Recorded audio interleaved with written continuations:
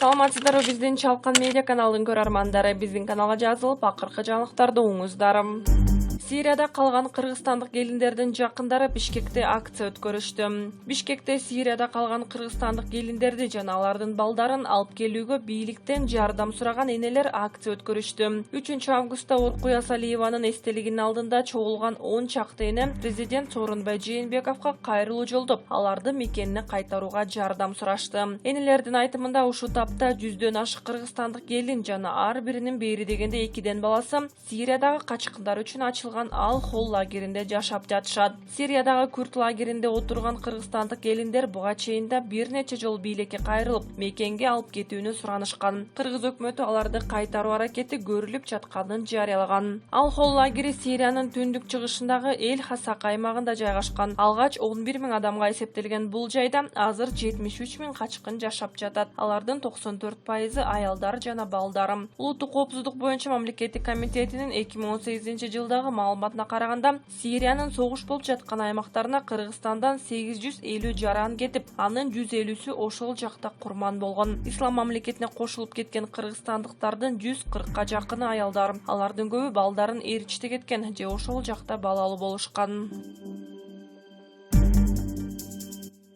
Министрлик ысык көлгө эл агылган сайын вирус күч алууда. Айнур Ахматова ысык көлдүктөргө жана облус конокторуна социалдык аралыкты карманып, санитардык эрежелерди сактоого чакырды. Ысык көл облусунда коронавирустун көбөйүшүнө аймакка кирип жаткан элдин агымы себеп болууда. Бул тууралуу коомдук саламаттык сактоо башкармалыгынын башчысы Айнур Ахматова билдирди. Анын айтымында көл аймагында абал өткөн аптада кескин курчуду. 27-июлда вирус жуктургандан саны 72 киши болсо, 29-июлда бул көрсөткүч 155ке жетти. 31-июлда 81 кишиден вирус аныкталды, деди Ахматова. Адистин билдирүүсү боюнча вирустун көбөйүшү менен элдин агымынын байланышы бар. Google компаниясынын элдин мобилдүүлүгү боюнча отчетуна ылайык, акыркы кезде Ысык көл облусунда элдин саны кескин көбөйгөн. Бул аймактагы дүкөндөргө, сейил бактарга, эс алуу жайларына баргандардын саны өстү, деди Ахматова. Мындан улам ал ысык көлдүктөргө жана облус конокторуна социалдык аралыкты карманып, санитардык эрежелерди сактоого чакырды. Эске сала кетсек, ушул тапта ысык көлдө коронавирус жуктургандардын саны 2873кө жетти.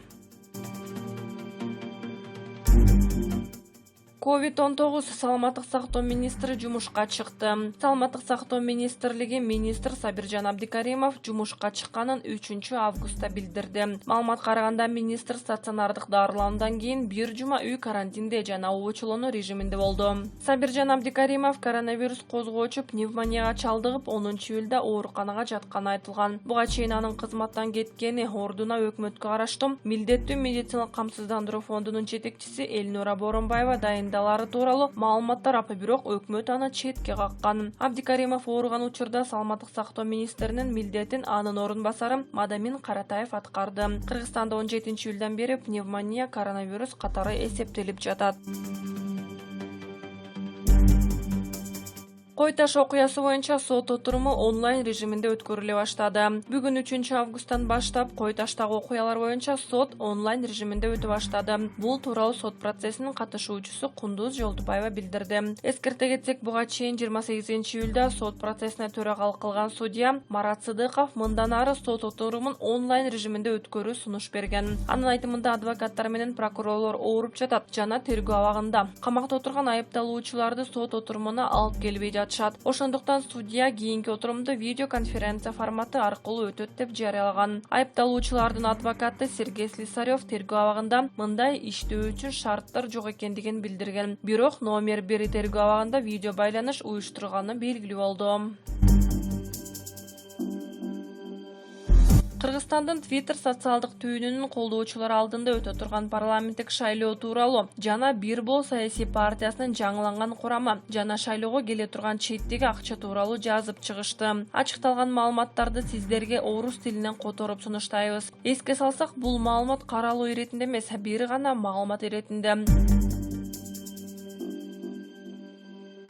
Койдун терисин жамынгандар же Алтынбек Сулаймановдун ушул күздөгү парламенттик шайлоодо жаштарды алдыңкы ондукка бириктирүү идеясы тууралуу баян. Бир бол саясий партиясынын жаңылаган тизмеси Челюсть кайманаты менен таанымал уюшкан кылмыштуу топтун мурунку мүчөсү. Азыр эл арасында реформатор, либерал катары өзүн таанытып, кадыр баркы болуп келе жаткан Алтынбек Сулайманов бир нече күн мурда 10 октябрдагы шайлоо жалаң прогрессивдүү жаштардын курамы менен шайлоого аттанып жатканы акыркы күндөрдөгү актуалдуу жаңылыктарга айланды.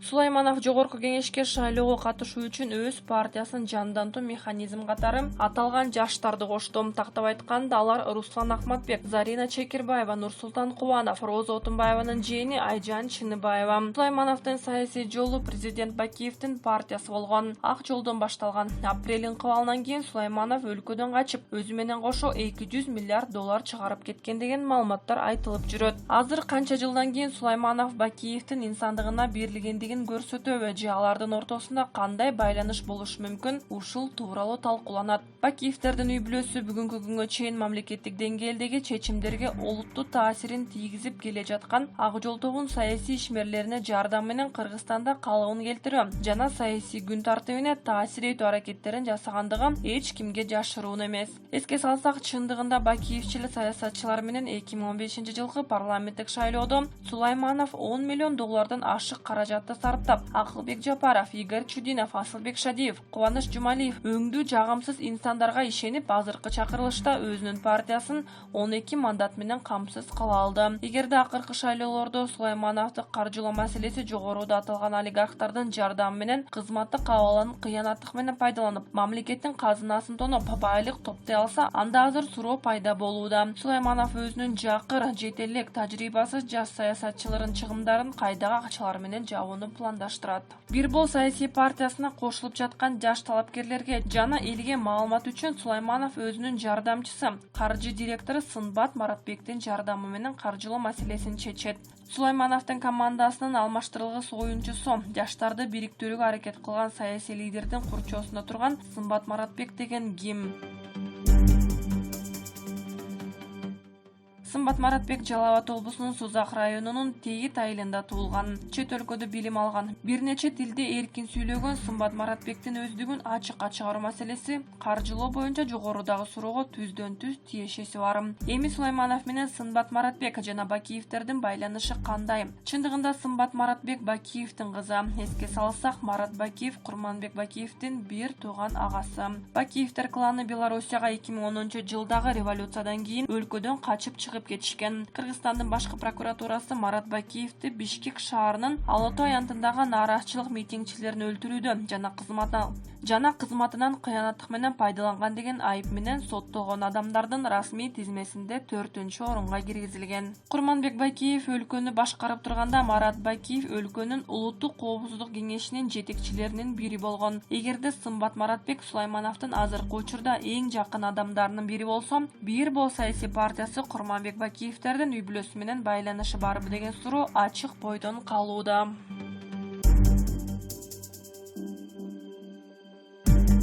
Саясий репрессияга каршылык комитети сот Текебаев менен Чотоновдун ишин атайлап создуктуруп жатат. Саясий репрессияга каршылык комитети аттуу коомдук уюм Атамекен партиясынын лидери Өмүрбек Текебаев менен мурдагы министр Дүйшөнкул Чотоновдун соттук иши оппозиционер саясатчыны тизгиндеп туруш үчүн атайлап создуктуруп жатат деп эсептейт. Уюм 3-августта билдирүү таратып, мындай аракет өлкөдөгү саясий абалга терс таасирин тийгизиши ыктымалдыгын белгиледи. Уюмдун өкүлү Адил Турдукуловдун айтымында Кыргызстандын эгемендик тарыхындагы бардык шайлоо жараяндарына катышып келген оппозициялык саясатчыга бут тосуу шайлоонун мыйзамдуулугуна шек жаратат. Текебаев менен Чотонов мурунку бийлик учурунда саясий негизде камалып, аларга карата репрессия болгону баарына маалым жана муну баары эле таанып келе жатышат. Бирок Текебаевдин азыркыга чейин акталбай жатышы сот системасы азыр деле ак үйдөн көз каранды экендигин жана бийлик Текебаев менен Чотоновдон чочулап, алардан коркуу сезими бар экенин билдирет. Алар шайлоого расмий башталганга чейин сөзсүз акталышы керек. Себеби Атамекен партиясы 30 жылдан бери бардык шайлоолорго катышып келген. Оппозициялык партиянын башчысы акталбай жатканы бул аларга карата бөгөт жана шайлоонун легитимдүүлүгүнөн шек жаратат деп ойлойбуз.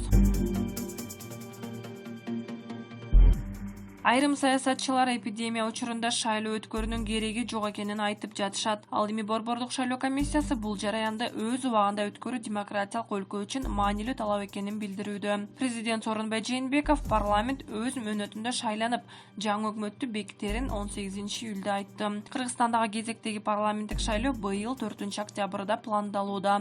Шайлоого катышкысы келерин жалпысынан 44 саясий партия билдирген. Алардын арасында Ата Мекен да бар.